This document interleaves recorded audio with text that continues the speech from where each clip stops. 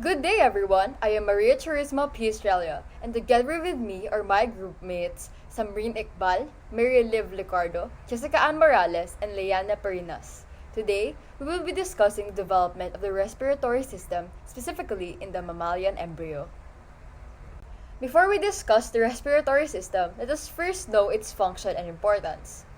First, the respiratory system is actually known to be one of the essential components of any organism, as it allows one to uptake oxygen from the environment and remove carbon dioxide from one's body. The respiratory system may also be in the form of breathing through either the lungs, such as is found in humans, through the gills in fishes, and the skin in frogs. But in this particular presentation, we will only be focusing on the development of the respiratory system in mammalian embryo, specifically that of the lungs. The mammalian respiratory system includes the lungs, trachea, bronchi, and alveoli, among other many structures. The importance of the respiratory system in embryo development cannot be overstated, because during fetal development, the fetus obtains oxygen from the mother's blood through the placenta. However, once the baby is born, the lungs must take over the specific vital function. The respiratory system will begin to develop early in embryonic life around 4 weeks of gestation, and it will continue to mature throughout fetal development. However, it's important to also recognize that without a functioning respiratory system, the fetus will not be able to survive outside of the womb. In addition to facilitating gas exchange, this specific system also plays a crucial role in regulating the body's pH balance by removing excess carbon dioxide. It also helps to protect the body from harmful substances by filtering out particles and microorganisms from the air we breathe through different structures such as the cilia. To formally begin our discussion, here are the objectives of our presentation. Here, we aim to, first, explain the normal development of the lungs from embryonic stage, pleura, pseudoglandular stage, canalicular stage, saccular stage, and alveolar stage. Second would be to tackle the abnormal development of the respiratory system in embryos, specifically the changes in birth as well as congenital lung malformations. And lastly, we aim to recognize the significance of exploring lung development and its implication in the study of medicine. To begin our presentation, let us first have a general structural overview of all the parts that are going to form during respiratory system development. And these include, first, the airways, which we call or refer to as the respiratory tree. Second, the lungs. And third is the involvement of the pleural cavities. Let's first begin with the lower airways containing the respiratory tree. So here, starting from the trachea downwards, the trachea will divide into the right and left main primary bronchi in order to enter the right and left lungs. Once it's in the lungs, this will further divide into the secondary and tertiary bronchi. The tertiary bronchi will divide into bronchioles and will lead to terminal bronchioles. After the terminal bronchioles, we also have what we refer to as respiratory bronchioles. The respiratory bronchioles lead to alveolar ducts that will lead to alveolar sacs. And the respiratory bronchioles, alveolar ducts, and alveolar sacs are known to be the respiratory zone where gas exchange will take place. On the other hand, all of the different structures that were aforementioned, including the bronchioles and the terminal bronchioles, are referred to as the conducting zone that conducts air towards the lower airways. Now, let's focus into the structural overview of the lungs. Inside the pleural cavities, we see the lungs, and these are lined by pleura. There are two different layers of pleura. We have the visceral and the parietal pleura. The visceral pleura stalks on the lung inside. On the other hand, the parietal pleura is found towards or near the chest wall. It is also important to note that the pleura is mesodermal in origin. Let's look into the different germ layers that are involved in the making of the respiratory system. In terms of the lining, we have both the endoderm and the mesoderm, and they form different portions. They differ depending on the level of the airway. In terms of the epithelial lining, smooth muscle, cartilage, and connective tissue, these are the parts that mostly consist the lung. For the epithelial lining, this forms from the endoderm. On the other hand, the other structures mentioned are formed from the mesoderm. They are what we call as the embryological derivatives. Now, let's dive into the specific details of development starting from the 4th week of the embryonic stage. The embryonic stage commences at week 4. Here, we should see the primitive gut tube, which has an outgrowth in its cranial part hold a diverticulum, specifically a respiratory diverticulum. At the caudal portion of this diverticulum, a lung bud will develop. Upon examining its anatomy, we can observe that its upper segment plays a crucial role in the development of the trachea and larynx. However, it is important to note that the lung bud responsible for the formation of the respiratory tree operates independently from this process. The bronchial buds then develop, leading to the formation of the trachea. Similarly, these buds differentiate to form bronchioles within the lung, which involves the emergence of both right and left pulmonary bronchial buds. Moreover, the trachea and the gut tube will eventually develop into the esophagus. At this point, they are still linked, but this needs to be separated. The developing trachea is situated anteriorly, while the esophagus is positioned posteriorly. Delving deeper, we can see that the long tracheo-esophageal folds are formed. These folds fuse exactly at the midline, ultimately forming the tracheo-esophageal septum. Observing the two parts, it is clear that they have gone through a process of splitting, which has led to the creation of a ventral trachea and a dorsal esophagus. However, if something unusual occurs at this point, it should be noted that a tracheo-esophageal fistula might be seen forming after the septum forms. In this part of the embryonic stage, the most prominent change is directed to the separation of the trachea. During development, the bronchial buds and the mesenchyme that goes with them put weight on the pericardial and peritoneal canals. The affected tubes will now serve as pleural cavities.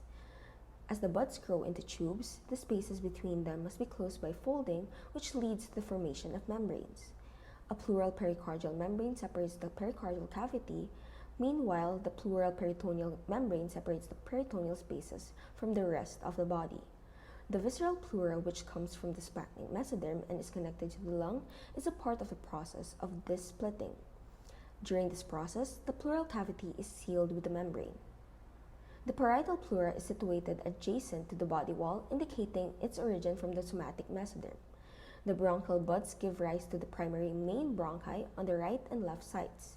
The aforementioned structures will split once more, giving rise to the secondary bronchi. The secondary bronchi, also known as the lobar bronchi, are responsible for providing air to the individual lobes of the lungs. The lungs are partitioned by fissures and lobes, with 3 fissures on the right and 2 on the left. This implies that the right lung possesses 3 secondary bronchi, while the left lung contains 2 secondary bronchi. The secondary bronchi subsequently split into tertiary bronchi, which are classified as segmental bronchi, as they are responsible for providing air to each respective bronchopulmonary segment. Now it's time for the pseudoglandular stage.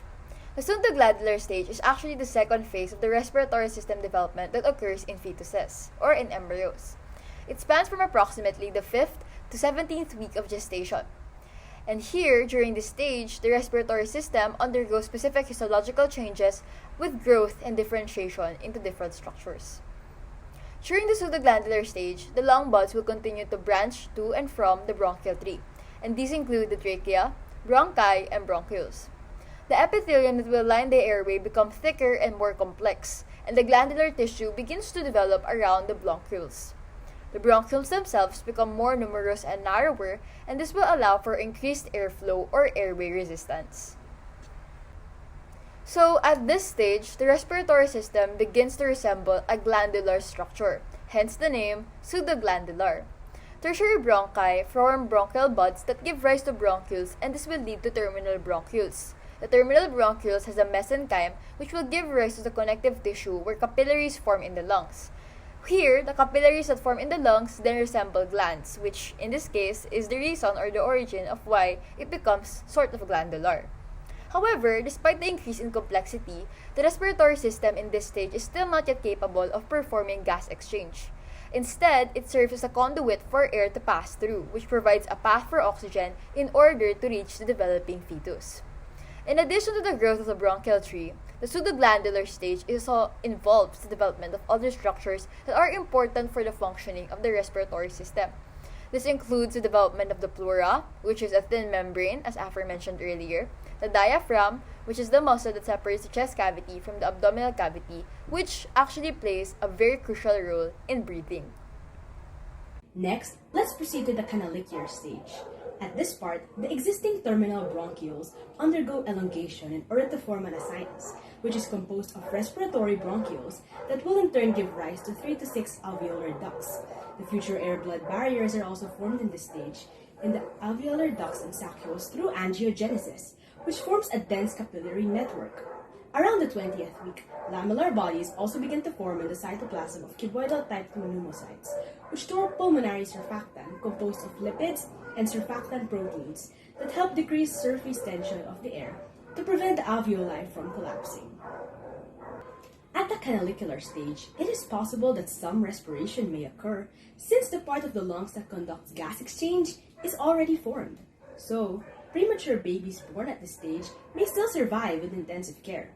However, due to the lack of surface area to perform gas exchange and the limited production of pulmonary surfactant, the infant may still not survive. Moving on, the growth of the pulmonary parenchyma, thinning of the connective tissue between the air spaces, and maturation of the surfactant system are the most significant events during this period leading up to ex utero life. Glucocorticoid receptors are present in developing fetal lung mesenchyme, their abundance increases gestation progress, and culminates just prior to cellular differentiation, providing additional support for the hypothesis of glucocorticoid significance in late gestation. In this stage, glucocorticoid modulate the expression of surfactant proteins TGF3 and the retinoid response gene midkine. This stage occurs between 16 and 26 weeks as these alveoli are primitive and the lining flattens, resulting in flattened cells. These are the essential type 1 cells which are required for gas exchange. At this juncture, the capillaries begin to approach the alveolus, so it's logical that the type 1 cells are thinned to facilitate gas exchange. In addition, type 2 cells produce an important surfactant as air enters alveoli, where an air fluid interface can generate surface tension that can cause small alveoli to collapse. Surfactant is a phospholipid that aligns within each alveolus and decreases surface tension. During this stage, it is synthesized, but this is insufficient as we require a sufficient volume. Thus, the level increased during pregnancy. These are then called primitive alleles that must mature and proliferate because we require an abundance of alveoli in our lungs. Finally, the last stage of lung embryogenesis, called the alveolar stage, occurs. At this stage, secondary alveolar septa composed of connective tissue and a double capillary loop is formed. When alveolar formation and maturation occurs, the alveolar walls become thinner and apoptosis occurs to the capillary loops to form a single capillary loop. During the alveolar stage, the mesenchymal cells, epithelial cells, and endothelial cells all proliferate to increase the surface area for gas exchange. In humans, the lungs continue to grow in size and the number of alveoli continues to increase until the infant is 3 years old. Then, the number and size of alveoli keep increasing in a process called alveolarization until the human reaches 8 years old, at which it can be said that mature lungs are finally formed. This concludes the discussion on the normal development of the respiratory system among vertebrates. Nonetheless, abnormal development of parts of the respiratory system, whether they be caused by genetic or environmental factors, may still occur, and this can lead to the developing embryo having certain diseases which could be diagnosed at birth or during further growth and development. Such abnormalities have been observed in vertebrate embryonic development, and specifically in humans.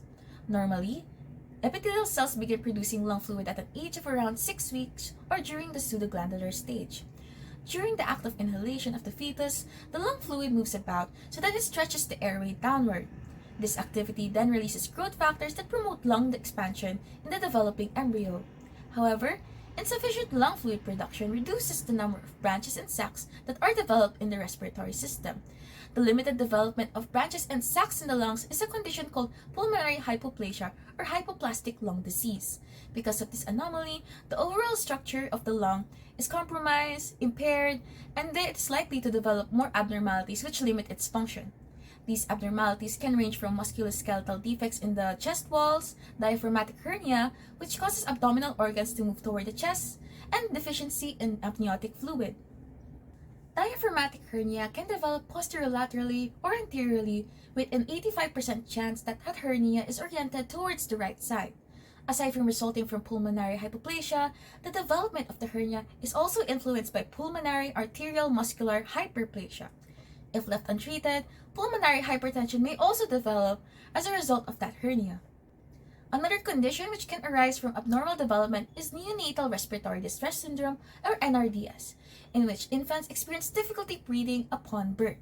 This condition is caused by the insufficient production of surfactant that facilitates breathing during embryonic development. The production of this surfactant usually begins at around 24 weeks at the beginning of the saccular stage. As the pregnancy of the mother progresses past 24 weeks, the risk of respiratory distress syndrome decreases, as surfactant production would be sufficient enough so that it could help deliver oxygen throughout the embryo. However, while this condition is most often observed in premature births, newborns after 34 weeks may still have a 5% risk of contracting NRDS. Lastly, a disease called esophageal atresia is caused by the formation of a tracheoesophageal fistula during embryonic development, meaning there is a connection between the trachea and the esophagus. The trachea and esophagus during normal development should normally separate from one another as the embryo develops. Possibly, endodermal cells were not able to proliferate at the face that would allow the laryngotracheal tube to bud out from the esophagus, which is dorsal to the trachea. This defect can occur between the embryonic and pseudoglandular stages due to errors in the sonic hedgehog protein pathway, which is an important growth factor during fetal development. Now, these are some diseases and anomalies which can arise from abnormal embryonic development of the respiratory system. Comparisons between the normal and abnormal embryonic development effectively traces the pathophysiology of certain conditions and fosters a better understanding of the associations between germ cell lines and growth factors in maintaining the health of an embryo from fertilization until birth. Wrapping up, it truly shows the wonder of understanding the development of the respiratory system as we comprehend biological connectivity and complexity by perceiving an organism as a network of interconnected systems, ranging from the molecular level to the ecosystem level. Lung development is influenced by a number of factors, including transcriptional molecules that regulate cell growth and differentiation. Therefore, understanding this can help us appreciate the significance of the respiratory system. Ultimately, we have a fundamental comprehension of the developmental stage, and when combined with our prior knowledge of the respiratory system as a whole, we have a clear picture of normal and abnormal fetal lung development. Going back to our objectives, we were able to fulfill everything as we were able to explain the normal development of the lungs, tackle the abnormal development of this system, while also realizing the significance of this particular topic. We hope that you enjoyed this video. Thank you so much for listening.